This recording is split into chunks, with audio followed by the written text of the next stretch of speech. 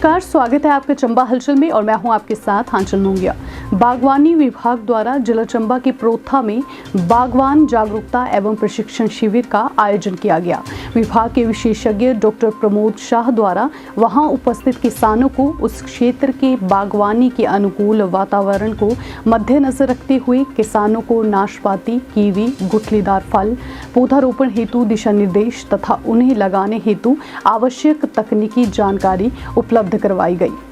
Doctor Shah ने किसानों को प्राकृतिक खेती के अंतर्गत अनार व सेब के पौधों में गौमूत्र से बने पोषक तत्व व दवाइयां इत्यादि के इस्तेमाल हेतु सलाह दी।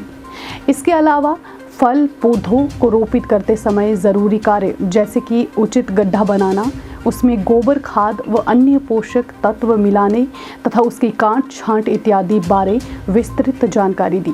इस अवसर पर प्रोथा की प्रधान धनु देवी व विभाग के अधिकारी तृप्त बलोरिया भी इस प्रशिक्षण में उपस्थित रहे। बागवानी की तरफ जिनको रुझान है, जो फल पौधे लगाते हैं या लगाना चाहते हैं, वो मुझे अपनी समस्याएं बताएं और मुझे अपना योजना बताएं, क्योंकि इस वर्ष हमारे पास इस वर्ष हमारे पास अभी भी फल पौधे वितरित करने के लिए हमारे पास फल पौधे उपलब्ध हैं। हमारी एक फल पौधों की खेप अभी हाल में हमारे पास पहुंची हुई है, जो कि सरोल में हमने रखे हुए पौधे वो हर एक बागवान के लिए उनकी जरूरत के मुताबिक हमारे पास फल पौधे उपलब्ध हैं। विशेषकर सेब के हमारे पास बहुत अच्छी प्रजातियां भी हैं, जो कि उनमें से कुछ एक ऐसी वैरायटीज हैं जो कि हम कम जगह में ज़्यादा पौधे लगा सकते हैं। आज तक सबको हमें नॉलेज होती है कि सेब का पौधा जो लगभग 6 बाई 6 मीटर पर या 7 बाई 7 मीटर पर लगाया जाता था।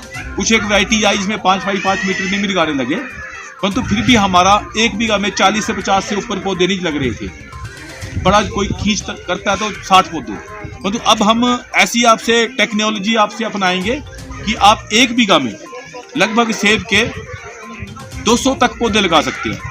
तो कोई भी किसान बागवान भाई जिसके पास 1 बीघा जमीन पे जो काम करना चाहता है, वो लगभग बागवानी में अच्छा पैसा कमा सकता है।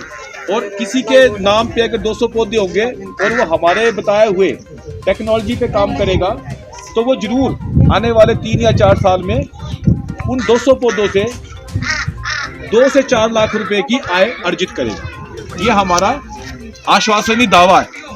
अगर आप ढंग से बागवानी करेंगे, विभाग के साथ आप संपर्क में रहेंगे और जो चीज़ें हम आपको बताएंगे और जो वैरायटी हम आपको बताएंगे, बशर्ते कि आपको अपने ज़मीन का वो वाला हिस्सा यूज़ करना है जिसमें कि आप जिसको सबसे बेहतर मानते हैं। ये नहीं कि आज तक बागवानी का कार्य चलता था कि सबसे रिजेक्टेड भूमि पर बागवानी की जाती थी।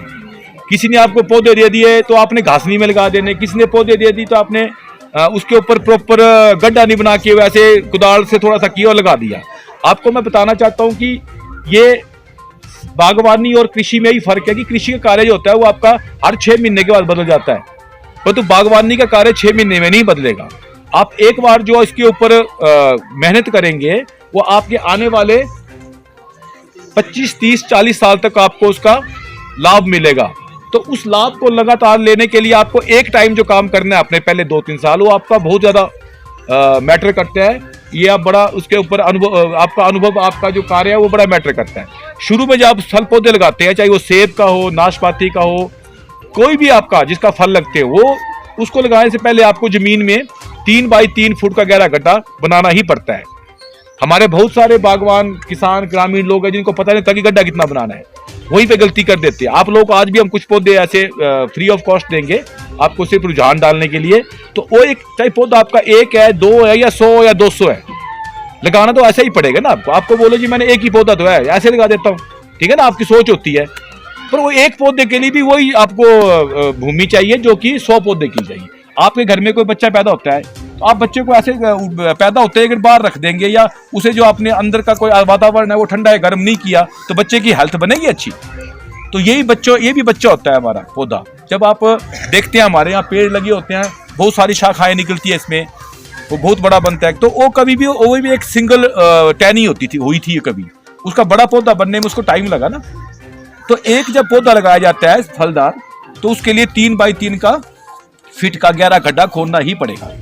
आप इसमें कोई भी कमी नहीं कर सकते। कोई बोले जी नहीं मुझे 1 फुट का ही बता दो, मेरे पास टाइम नहीं है या मैं नहीं कर सकता हूं, तो मुझे तो 1 बाई 1 फुट पे जब उसकी जड़ें 1 बाई फुट से बाहर जाने की कोशिश करेंगी तो उसको क्या मिलेगा? हार्ड मटेरियल मिलेगा। मतलब अगर आपने 1 बाई 1 फुट का बनाया है तो जब उसकी जड़ें बड़ी होंगी और जब आगे जाने की कोशिश करेगा तो क्या मिलेगा उसको? जमा हुआ मटेरियल मिलेगा हार्ड, तो जड़ें वहां रुक जाएगी, जड़ों को फैलने की जगह नहीं मिलेगी, पौधा आपका छोटा रह जाएगा। हम कहते हैं ये पौधा लगाया बड़े यानी चला नहीं, यही वजह होती है हमारी। जब 3 बाई 3 का दायरा बनाते हो तो आप ये सुनिश्चित करते हैं कि इसकी जड़ें अब 3 बाई 3 तक फैल जाएंगी, फिर जड़ें इतनी मोटी होती है कि अगला स्थान खुद ग्रहण कर लेती है। तो मेरा मोटा मोटा बोलने का ये सावधान है कि जो भी फल पौधे लगाने हैं उसको 3 बाई 3 फुट का गड्ढा बनाइए, आप उसको फिर वैसे ही भर दीजिए जैसे आपने मिट्टी निकाली थी। तो सकते कि अब एक बार निकाला वही भर दिया, उससे बेटर है कि आप निकली हुई मिट्टी को लगभग 2 या 3 दिन धूप में रखें।